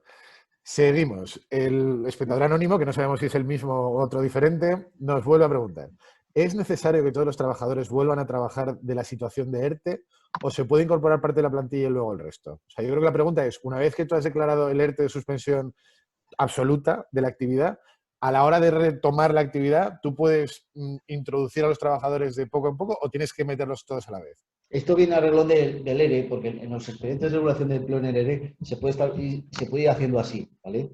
Se puede meter alguna plantilla en el ERE y luego paulatinamente ir sacando el ERE a las personas que no, a las personas que vuelvan a empezar a trabajar. En un expediente de regulación de empleo temporal ERTE, no. Finalizará y todas las personas tendrán que volver a su puesto de trabajo, ¿vale? Volverán a su puesto de trabajo para volver a empezar la actividad. No se podrá decir, pues venga, 5 sí, 3 no. Hombre, a no ser que lo puedas justificar económicamente, que no estás al 100% y solo puedes mantener un número de trabajadores. ¿Me explico? Puedes empezar la actividad y decir, pues ahora mismo se está rumoreando mucho que los bares van a separar zonas, van a abrir solo el 50% de las zonas de muchos bares y restaurantes, ¿vale? Eso se está diciendo. Pues hombre, evidentemente los trabajadores de un bar que puedan llevar ese tipo de actividad, pues estos sí que podrán ser los de altas y los otros no. Pero si, por ejemplo, si se pudiese abrir todo el bar y el bar tuviera ya una capacidad económica y para poder realizar la actividad tal y como se estaba realizando anteriormente, todos los trabajadores tengan que salir del ERTE, porque es la obligación que tiene el empresario. Correcto. Vale. Seguimos. Yo creo que sí, pero bueno, en cualquier caso, si no es el caso, que nos lo cuenten. Arturo Bricosca, y relacionado con la pregunta anterior, con el tema de la imposibilidad de solicitar los certificados digitales ahora mismo. Dice, para los empresarios emprendedores, ¿se podría decir que es imposible iniciar legalmente una actividad, ya que no se pueden realizar todos los trámites con normalidad? Entiendo que se refiere a todos los trámites presenciales. Como él no puede solicitar la documentación digital, entonces no puede iniciar esa actividad empresarial. Pues al señor Arturo le tengo que contestar que tiene que llamar a un asesor, ¿vale? porque los asesores tenemos un certificado digital, en mi caso, por ejemplo, el Colegio de Economistas me lo sacó, y con ese certificado yo puedo dar de alta a cualquier persona de cualquier sitio, ¿vale? Entonces, a Arturo le podría yo dar de alta, evidentemente, pero tiene otras opciones, sacarse el PIN, la tarjeta PIN, etcétera. La agencia tributaria te permite tener otras opciones para poder funcionar de forma digital, sin tener que ir de forma presencial y sin necesitar un certificado digital. Pero es para las personas físicas, ¿vale? Correcto. Correcto. Venga, sigo con una pregunta más. Esta es, bueno, no sé si divertida o siniestra. En esta situación en la que estamos, ¿se pueden producir, además esto yo creo que es una pregunta para los dos, ¿una empresa puede despedir a un trabajador en esta situación hoy, a día de hoy? Bueno, Javier, yo por dejar un poco tranquilo a Enrique, que lo están realmente. Vamos a ver, el despido, evidentemente, si una persona ha cometido un delito, ha atentado contra otro trabajador, es el despido disciplinario normal y corriente que se puede realizar. Lo que no sé, todo el mundo se puede despedir. Otra cosa es que se declare el despido nulo o improcedente. ¿Qué sería despido improcedente? Sería si tú lo despides por esta razón, que es lo que expresamente establece el Real Decreto. Es decir, si hay un problema, hay un estado por el tema del virus, es decir, no hay actividad, pues evidentemente ese despido sería improcedente. Otra cosa es que haya después un despido objetivo, pero claro, tendría que haber una situación, corrígeme Enrique, de atrás, es decir, una empresa por causas económicas o organizativas, pero evidentemente es despido objetivo, tendrías que preparar toda la documentación de antes. Pero por esta causa concreta de esta cesión de actividad sería improcedente. Pero claro, la pregunta es el despido lo que hace a las personas que están dentro del ERTE. Yo entiendo que no. Porque el ERTE no cabría esa opción porque ya está en suspenso. No, claro, no, porque está suspendido el contrato. Está ya suspendido su contrato de trabajo, ¿vale? Ahí no cabe. Temporal. No cabe. ¿Vale? Entiendo yo que de otra parte. Sí, pero también digo una cosa. Yo he leído en algún sitio, puede ser así, que se aconseja que en estos casos no se firme la comunicación de despido, ¿vale? Por lo que pueda pasar. Que cuando el empresario le presente a este trabajador, me imagino que es un trabajador, le presente la comunicación de despido del trabajador, no se la firme, ¿vale? Porque para buscar la nulidad que muy bien Javier nos está diciendo que podría tener ese despido, ¿vale? Correcto. Seguimos. Otra pregunta que además es muy recurrente estos días. El empresario, con su asesor, por supuesto, necesario, absolutamente necesario, introduce en la agencia tributaria el ERTE.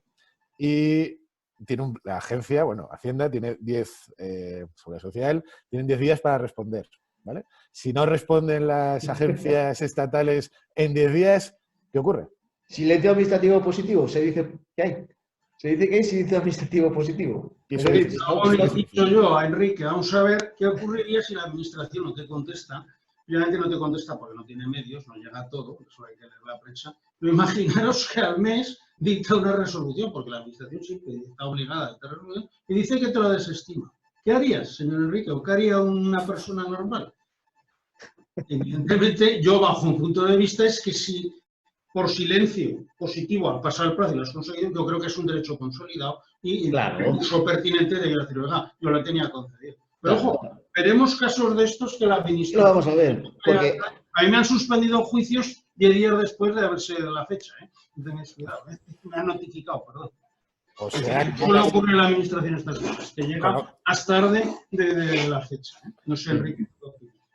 O sea, con lo cual entiendo que la situación es claramente incierta. No sabemos qué va a ocurrir o cuáles van a ser las consecuencias. Claro, es que siempre con la administración estamos siempre desfavorecidos totalmente. La administración, las empresas... Mira, hay una serie de prerrogativas de la ley que claro, ellos pueden ejecutar un acto, sea legal o no sea legal. Es decir, tú debes una deuda, evidentemente, pero paga y después recurre, ¿no? Bueno, Enrique, corrígeme si me equivoco. No, que está claro, o sea, está claro.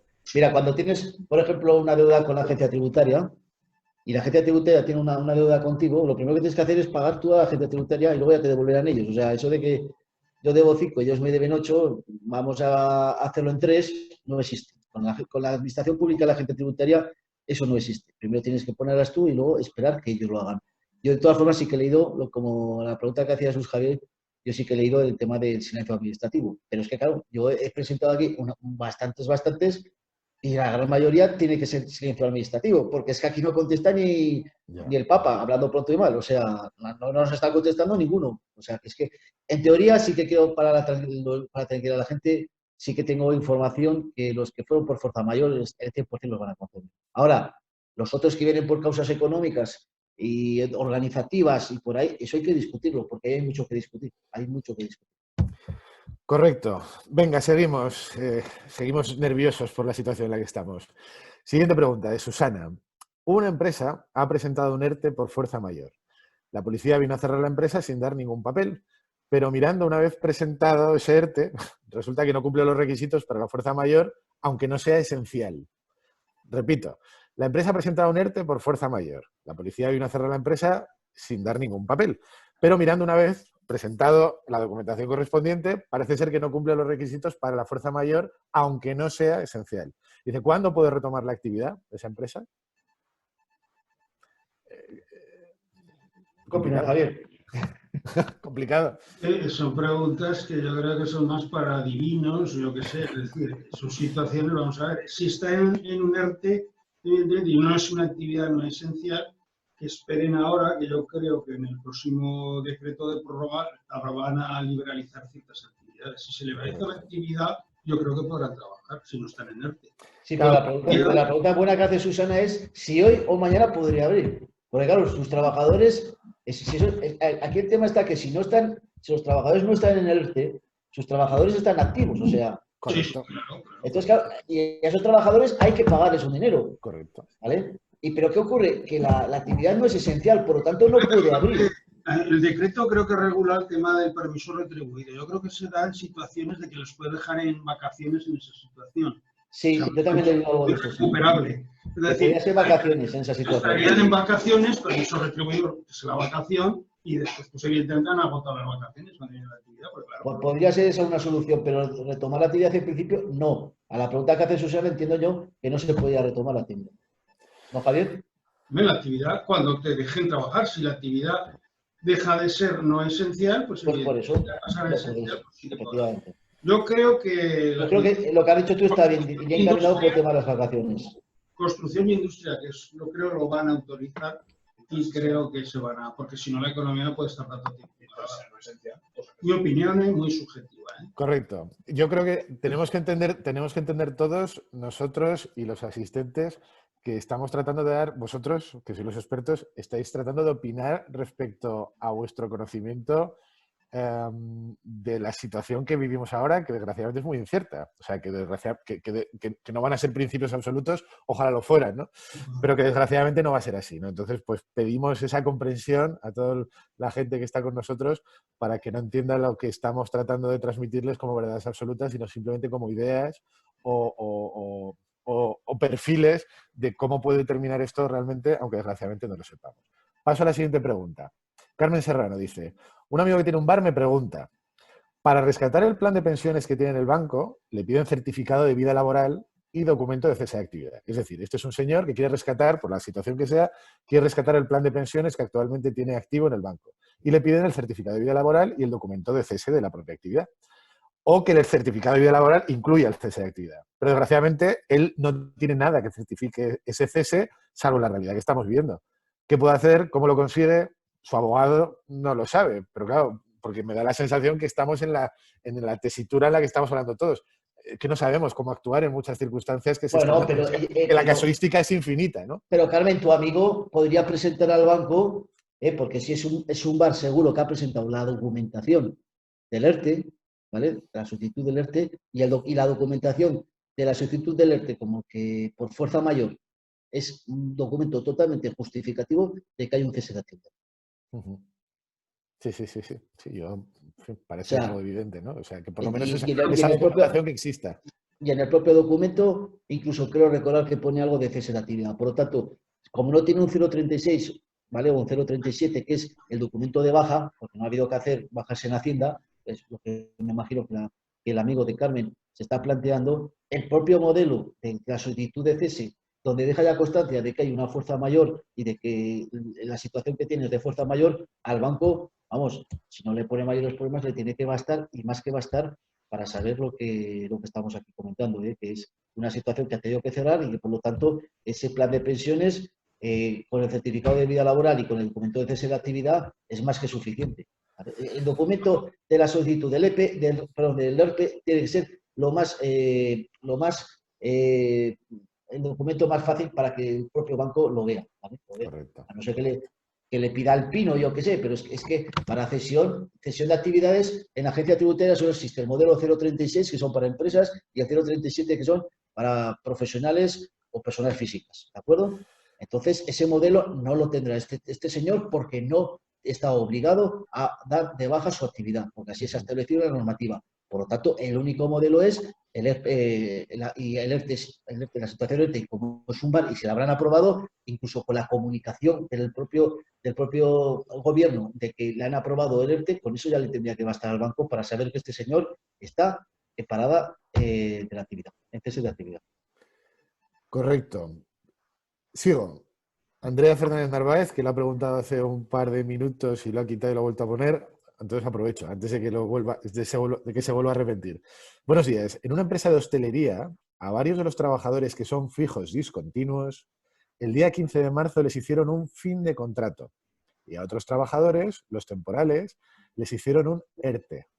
Es decir, repito, el día 15 de marzo a los fijos discontinuos les hicieron un fin de contrato y a otros trabajadores, los temporales, son los que los meten en el ERTE. La pregunta es, ¿cómo lo veis?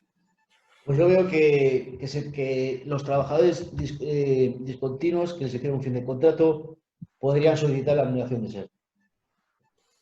Javier, ¿qué te parece?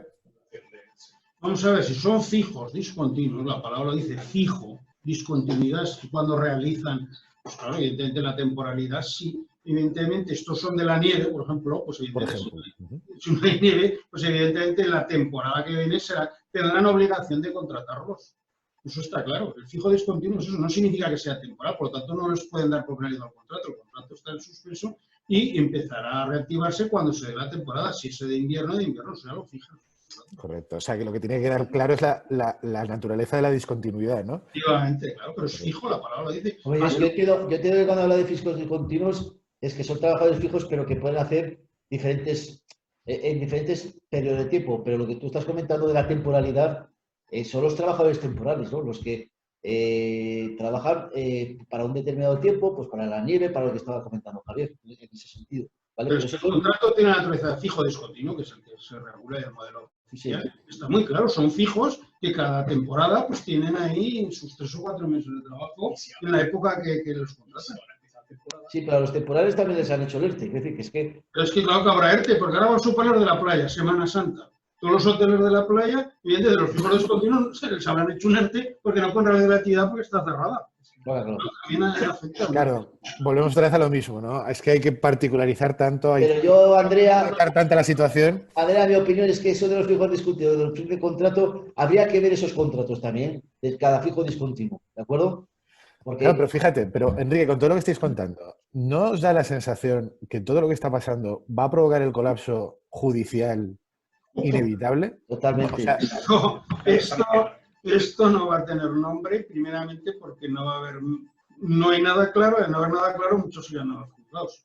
Y cada vez nos gusta ir más, el carácter del español es así, lo que ocurre es que habrá un bloqueo, y ya no cuento a nivel concursal de las empresas, porque claro, hay una serie de obligaciones legales que un empresario tiene que hacer, y si está en insolvencia se tiene que declarar en concurso. Claro, esto es una especialidad que tengo yo, y claro, es que claro, si no respondes después, si no te declaran en concurso, responderás con tus bienes, es decir, y esto va a bloquear todo y no lo sé lo que va a ocurrir. Pero claro, para eso está el legislador, para...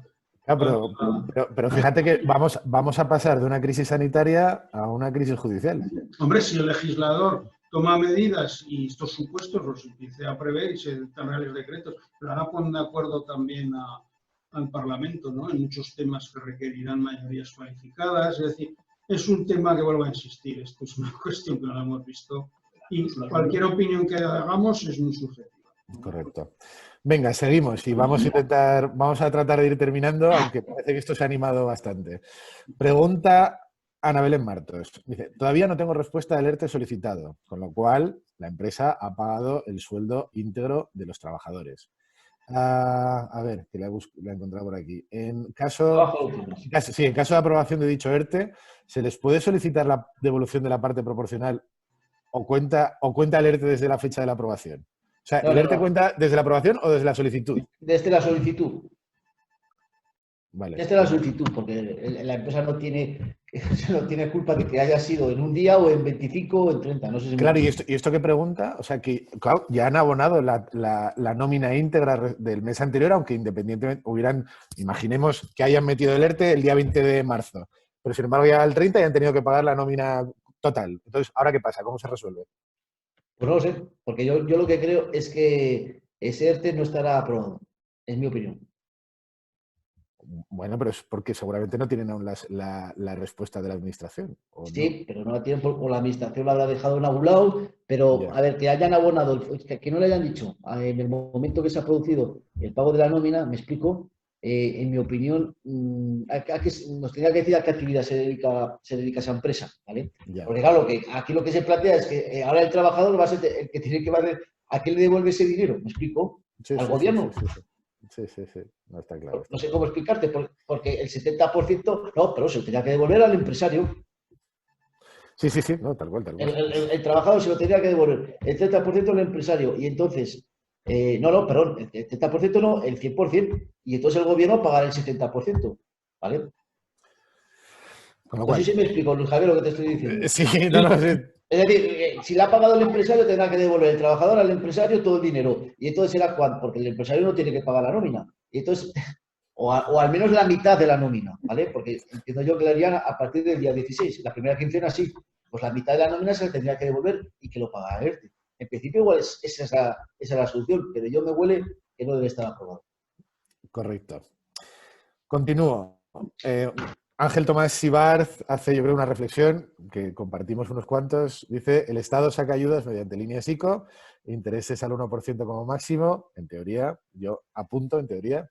Otra vez, dice, sacando tajada a los bancos de la desgracia ajena. Esto es normal, dice, voy a tener que devolver el préstamo con intereses dentro de 6 meses y no sé cómo estará mi empresa dentro de 6 meses. Claro, yo creo que esto es un poco, está relacionado con lo que decíamos antes. El ERTE no es una panacea, en el sentido de que al cabo de 6 meses pueden ocurrir, nadie Mil sabe cómo, cosas, mil cosas. nadie sabe cómo van a estar aquí las cosas, ¿no?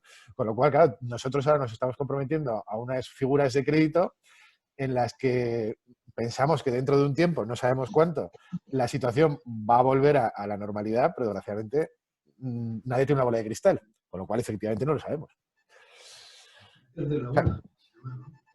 Vamos a ver, yo mi opinión muy personal, porque del tema de los créditos, tengo entendido que puede llegar de 3 a 6 años la devolución. Creo que tengo entendido, porque no sería sentido decir, porque una actividad en 6 meses no se reactiva. Creo que va a los tiros. Lo que sí que quería apuntar en este tema de los créditos ICOs, y es una denuncia que han formulado más de una persona, es cómo abusan los bancos ante esta situación. Y yo quería poner que la gente lo sepa, que les están obligando a hacer servicios de vida cuando les están haciendo estos préstamos. Que se nieguen rotundamente, totalmente, y yo porque no pueden. El gobierno dice que ha salido. Claro, el banco, claro, debido a la amalgama de gente que pedirá, dirá, pues el que no acepte mis condiciones paso al otro, ¿no?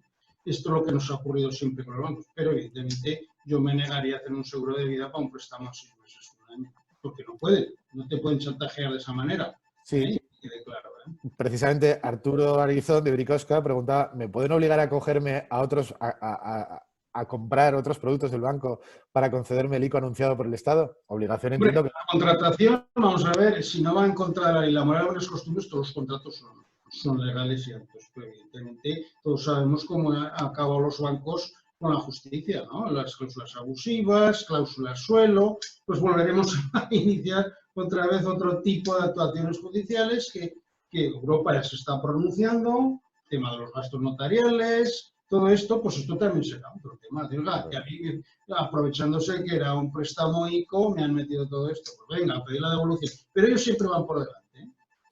Esa es la Perfecto. Venga, yo creo que penúltima pregunta de Basilio Laliena de Multimatic. Pregunta, terminado el periodo del ERTE, ¿qué formas o modos de despido se pueden hacer al personal afectado en los 6 meses posteriores? Es decir, una vez que el ERTE fenece, o sea, fenece en el sentido de las obligaciones que asume la empresa por el hecho de haberse acogido a ese ERTE, que entiendo que es mantener los puestos de trabajo durante esos 6 meses. A los 6 meses A partir de ese momento ya es absolutamente normal, ¿no? es normal, efectivamente. Han pasado 6 meses y luego la empresa pues, podrá acogerse a lo que considere pues, causas objetivas, causas organizativas, como bien decía Javier, técnicas. Y bueno, y entonces, bueno, pues ella será un planteamiento de hacer despidos procedentes, improcedentes, con causas objetivas. Y yo creo que todo será bajo la normalidad. No hay nada que se haya establecido que nos indique que luego se pueda producir despidos de una manera más económica para los empresarios ni nada por el estilo. Por ahora no hay, señor Basilio, no hay absolutamente nada en ese sentido, ¿vale? Correcto. Y terminamos, que parece que es la última pregunta, con una acotación, con una coda a la pregunta anterior de Andrea Fernández respecto a los fijos discontinuos y a los temporales. Ella subraya y dice, claro, el problema es que este fijo discontinuo no tenía cotizado lo suficiente para poder acceder al paro y sus compañeros temporales que se acogen al ERTE sí que podrán. Entonces ella estima, y dice, yo creo que es una desigualdad. Efectivamente, claro, yo entiendo que habría que ir a la letra pequeña para saber qué está pasando aquí, ¿no? Porque Claro. pues a partir de esto que nos está comentando, yo creo que se puede pensar en muchísimos escenarios y no todos Era lo buenos, que yo le estaba precisamente. comentando a ella, eso huele mal. Huele mal en el sentido de que se ha podido hacer de una manera orientada a uno a otro, en mi opinión. Vamos a ver, mi opinión es que no se puede despedir a un fijo si no es por unas causas tasadas en la ley. Es decir, si a mí yo lo doy de baja y es fijo, pues evidentemente tendrá que ir y acudir a la justicia ordinaria, primero al SAMA, y demandar por despido a la empresa y despedir su indemnización que le corresponderá como despido improcedente. Como ahora están suspendidos los plazos, pues evidentemente tendrá que esperar a que se levante el estado de alarma, pero ya evidentemente esos despidos para mí son improcedentes, a no ser que se demuestre una causa disciplinaria que es muy difícil, pero por el hecho de despedir porque sí, evidentemente, claro que no, y esto ocurre normalmente, es decir, que no solo ahora. Mi opinión, ¿no, Enrique? No sé qué opinas. Yo entiendo perfectamente lo que estás diciendo, ¿vale? Pero también te digo que a unos los han llevado y a otros no, y en lo que apuntaba Andrea se llamaba, ¿verdad? Andrea, sí, sí. Andrea, pues habría que mirar bien ese expediente. Si quieres, Andrea, nos lo pasas o nos dices lo que sea y te lo podríamos mirar. Ya te lo miraría con profundidad si quisieras, ¿vale? Bueno, son la 1:25 ya. Más que nada porque hay que ver los contratos de cuándo vienen, de por qué no vienen, desde cuándo son fijos, no, cuándo son eventuales, pero sí que se puede plantear, discúlpame Luis Javier, lo que ya estaba diciendo, ¿no? Que hay una situación de injusticia en ambos despidos, o en ambos procederes, mejor dicho. Bueno, gracias Enrique, gracias Javier. Si queréis, yo creo que terminamos aquí. Si queréis añadir vuestro minuto de gloria a vuestra estupenda exposición y resolución de problemas que han ido surgiendo aquí en la charla, si queréis os dejo ese minuto, 2 minutos para, no sé, decir lo que yo solo quiero apuntar una cosa, si se me permite. Por supuesto. Y es que cuando en un país se establece el estado de alarma y el estado que estamos viviendo, yo creo que todo el mundo teníamos que estar en casa y teníamos que tener el derecho de estar en casa. Y que se planteen situaciones o trabajos o reglamentaciones que obliguen a gente a no poder descansar, no ya no descansar, sino a cumplir con la ley que se está estableciendo, ¿vale? O a simple y llanamente ponerse enfermo, pues me parece que no está bien encaminado. No se puede plantear unos test con una documentación, los primeros días con papeles, luego que sí el programa, luego que esto ya no hace falta, luego que esto sí. Yo creo que a todo el mundo esto nos ha caído de nuevo y también a la administración, y yo lo puedo llegar a entender. Pero yo lo que veo es que yo no me puedo poner malo, yo no puedo estar en mi casa, yo no puedo coger el virus, porque yo no sé lo que ocurriría con la gente que tengo aquí. Entonces, eso es una reflexión que el gobierno tendrá que tomar para si ocurren situaciones de estas. Es tan sencillo como dar DNIs. La administración, os puedo asegurar que tiene todos los datos de nosotros, saben dónde estamos y por qué estamos y qué tenemos y qué dejamos de tener. Y hubiera sido todo más fácil agilizándolo de otra manera, más obligando a asesores a pasar días muy, muy difíciles y muy complicados. Muy difíciles y muy complicados. Lo que quería decir eso. Gracias. Gracias, Enrique. Javier. Yo quería hacer una pequeña reflexión. Yo, aprovechando que ahora todos tenemos tiempo y porque nosotros nos dediquemos dentro de nuestra actividad muchos bancos pues evidentemente nos han cobrado una serie de gastos que podemos reclamar y porque al ser un plazo que no prescribe, y yo recogería muchas de esas escrituras, esas que hemos pagado, esos notarios, esos registros, que hay sentencias ya construidas y podemos recuperar el dinero, ya que estamos en casa y no solo salir y tocar la trompeta en la terraza o cantar jotas, sino muchas veces sirve ordenarte tu propio archivo particular y revisar esas escrituras y por lo menos los bancos tendrán que cotizar lo que realmente Europa y los juzgados actuales. Y para finalizar, como una valoración, volvemos a insistir, es una situación inédita, nos vamos a encontrar que el gobierno no sabe qué hacer, bastante tiene, no es que los defienda, pero que es que algo hay que legislar, lo que está claro es que lo que no te hagas tú, nadie te lo hará, ¿eh? Es una cosa que ha ocurrido ahora y siempre. Muchas gracias por atenderme y un saludo a todos. Bueno, desgraciadamente no tenemos tiempo para más. Agradezco a todos los asistentes su interés y entusiasmo por este seminario que esperemos que sea el primero de muchos. También quiero transmitir mi agradecimiento y enhorabuena a los ponentes porque han conseguido arrojar un poco más de luz ante el valle de sombras en el que estamos actualmente y además han puesto una pequeña llama de cordura en todo el marasmo de bulos, chismes y desmentidos que nos asolan desde hace más de 20 días. Javier Calvo Ferrer y Enrique Casos Laporta, muchísimas gracias por vuestra ayuda y por formar parte del grupo BNI Huesca Innovación. Y a todos ustedes, gracias y hasta la próxima. Mucha suerte y mucho ánimo.